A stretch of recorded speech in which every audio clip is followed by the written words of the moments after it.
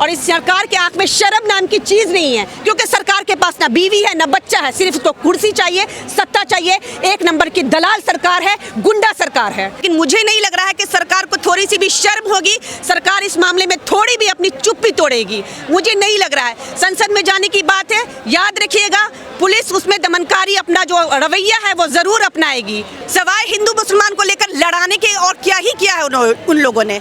लोग हैं अनभक्त बनेंगे, उसको वोट मिलेगा तो वो सारी जिंदगी कुर्सी पे मरते दम तक रहना चाह रही है। ये एक बहुत ही ज्यादा भ्रष्ट सरकार है, ये सारे बच्चों का भविष्य बर्बाद कर देगी। वो पढ़ना लिखने से इनको कोई मतलब नहीं और ये पढ़ने देना चाहती ही नहीं सरकार को। मैं एक माँ हूँ, मैं कभी नहीं चाहूँगी कि मैं अपने बच्चों को बड़ा कर रही हूँ और कल को वो सुसाइड कर ले। मेरे सामने मेरा बच्चे का साथ कुछ भी हो मैं नहीं देख सकती।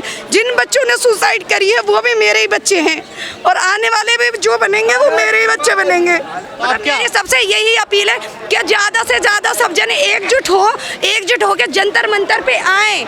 जेन जी सब कुछ कर सकते हैं, आप लोग सब कुछ कर सकते हो, पूरी जनरेशन को चेंज कर सकते हो।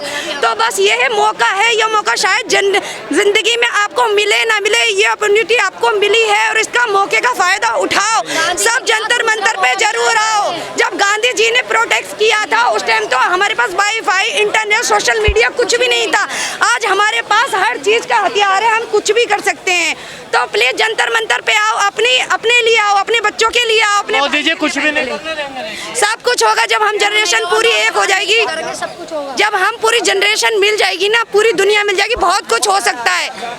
आप उसके टेंशन, बस आप सब एकजुट हो जाइए, बाकी करवाने वाला तो वो है। ये एक लोकतंत्र का सीधे सीधे हत्या किया जा रहा है। एक नागरिक जो हमारे देश के लिए इतने इम्पोर्टेंस रखते हैं, पर हमारे प्रधानमंत्री जी एक लफ्ज़ बोलने के लिए तैयार नहीं। 1 महीना होने को आया, अगर उनको कुछ हो जाता है तो उनकी जिम्मेदारी कौन लेगा? हमें बस यही लगता है कि वो दौर ख़त्म हो चुका। जब इंदिरा गांधी का दौर हुआ करता था कि अगर अनशन पे कोई बैठे हैं तो लोग उनको जूस पिला के अनशन तोड़ा करते थे और उनकी बात मानी जाती थी। एक वो दौर था, एक ये दौर है। वो परंपरा तो खत्म हो गई। ये जालिम सरकार, ये भ्रष्टाचारी सरकार, उन्हें नज़र नहीं आ रहा है किस बात के लिए कोई हक की आवाज़ उठाया। बच्चों की नीट पेपर, जो बच्चों का मुस्तकबिल उसको बर्बाद किया जा रहा है, उसके लिए उन्होंने अनशन पे गए थे। कोई बेला वजह का कोई मांग नहीं थी, वो हक की बात थी, सच्चाई की मांग थी, बच्चों के भविष्य के लिए थे। लेकिन मैम उस समय की परंपरा कुछ और थी, अब परंपरा कुछ और है। अब परंपरा क्यों कुछ और है? क्योंकि ये एक भ्रष्ट सरकार है, इसलिए कुछ और है। वो सरकार, इनके अंदर इंसानियत थी, हमदर्दी थी। वो अपने देश के प्रति, अपने देश के नागरिक के प्रति हमदर्दी रखते थे। वो समझते थे कि हाँ, ये जो मांग कर रहे हैं वो हक की मांग है।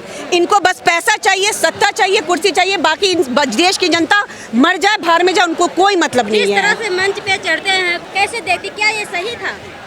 कोई भी सभ्य नागरिक इसको कहीं से सही नहीं बोलेगा। ये सरासर गलत है। मैं बार बार कहूंगी कि ये लोकतंत्र की हत्या है। लोग कह रहे हैं सोनम बांचू को हिरासत में नहीं लिए हैं, उनका कितना भी किए। तो जाहिर सी बात है, जब आप सफ़ेद पोश में आते हैं, चुपके से आके आप घसीट के लेके जाते हैं, तो ये किडनैपिंग तो हुई।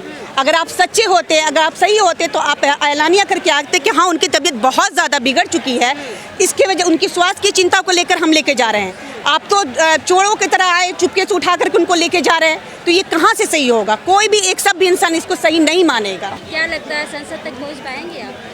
कोशिश पूरी रहेगी, लेकिन हमें डर है कि हमारी जो सरकार है, भ्रष्ट सरकार, वो अपना दमनकारी जो उनका तरीका है, पुलिस को आगे करके दमनकारी अत्याचार ज़रूर करेंगे।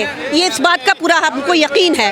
लेकिन हमारी कोशिश रहेगी, जितने भी तमाम लोग यहाँ पे प्रोटेस्ट में शामिल हुए तहे दिल से, इतनी सख्त गर्मी में अपने बच्चों के भविष्य के लिए, वो ज़रूर इसका कितना भी जुल्म करे, ये गवर्नमेंट, ये पुलिस वाले कदम दर कदम हम आगे बढ़ाते रहेंगे और हक की आवाज़ बुलंद करते रहेंगे। सोशल मीडिया पे पोस्ट जारी हो रहा है कि सोनम बांचू चाइना के एजेंट हैं। बिल्कुल गलत बात। बिल्कुल एक मैग्सेसेस अवार्ड जो है, एक बहुत बड़ा अवार्ड है, वो अवार्ड क्या चाइना वाले को मिला है? बताइए, सोनम वांगचुक को मिला है ना, उनकी क्या कहते हैं कुर्बानियों को लेके मिला है ना। चीन में जब बहुत ज़्यादा ठंड पड़ रही थी तो उन्होंने सोलर हीटर बनवाया। इस तरह की हज़ारों को, जब गरीब बच्चे वहाँ पे लद्दाख में पढ़ नहीं पा रहे थे, तो अपने तरीके से उन्होंने उनके लिए पढ़ने के लिए एक झोपड़ी बनाई, झोपड़ी नुमा स्कूल बनाया। इस तरह से बहुत सारे उन्होंने मतलब सच इस फील्ड में अच्छा काम किया है, और उनको अगर कहा जाए कि चाइना का एजेंट है तो बहुत ज़्यादा ये गलत बात है। अभिजीत दीपके के ऊपर स्याही भी फेंकी गई महिला के वो द्वारा आपको और पता है थप्पड़ भी कि मारा गया। वो आपको पता है कि वो बीजेपी की आदमी है, वो सभी को पता है।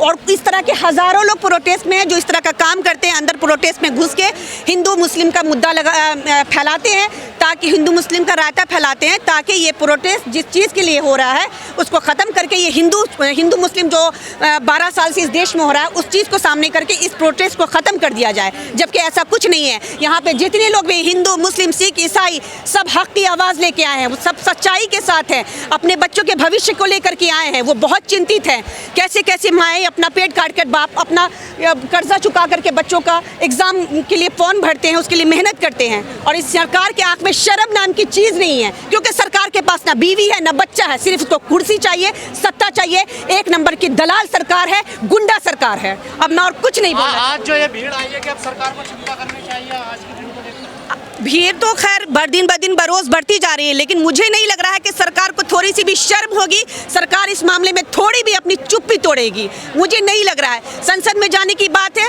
याद रखिएगा पुलिस उसमें दमनकारी अपना जो रवैया है वो ज़रूर अपनाएगी।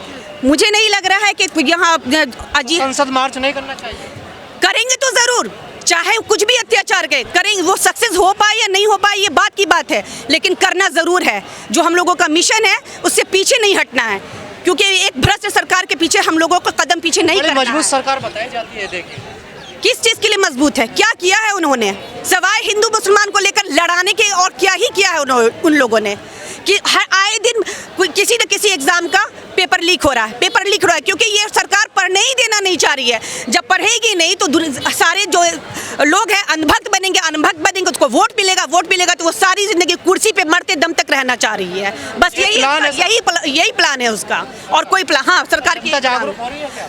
जनता तो अल्हम्दुलिल्लाह बहुत हद तक जागरूक हो चुकी है, और जो लोग बीजेपी के कट्टर सपोर्टर थे, मैं कई बार न्यूज़ में भी देखती हूँ, बहुत सारे रील्स देखे हैं, उसमें भी वो अब अपना नज़रिया बदल लिए हैं। एक लड़की यहाँ पे आई थी, वो अपने माँ बाप के डर से मास्क लगा के आई थी।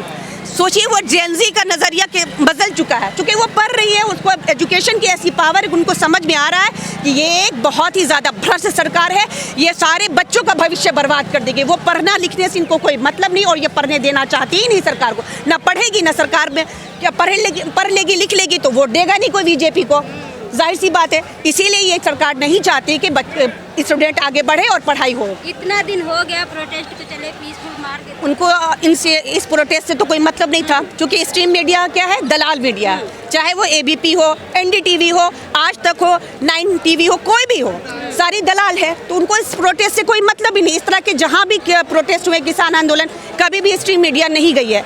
अब जब सोनम वांगचुक को उठा के ले जाया गया है, तब उनको लग रहा है कि भाई कुछ शगुफा मिला है, उसमें कुछ बढ़ा चढ़ा करके कुछ बात बोल करके हम लाइमलाइट रहे और मुझे उससे व्यूज़ भी आएगा, बस यही एक कारण है, बाकी कुछ ऐसा कुछ भी कारण नहीं है। बिल्कुल, ये आपने बिल्कुल सही कहा। पहली बार इतनी भीड़ आई है, क्योंकि ऐसा कोई भी वहाँ पे, मतलब वो 16 दिन से भूख हड़ताल पे थे, उसके बावजूद उनसे कोई भी नेता या कोई भी मिलने नहीं आया।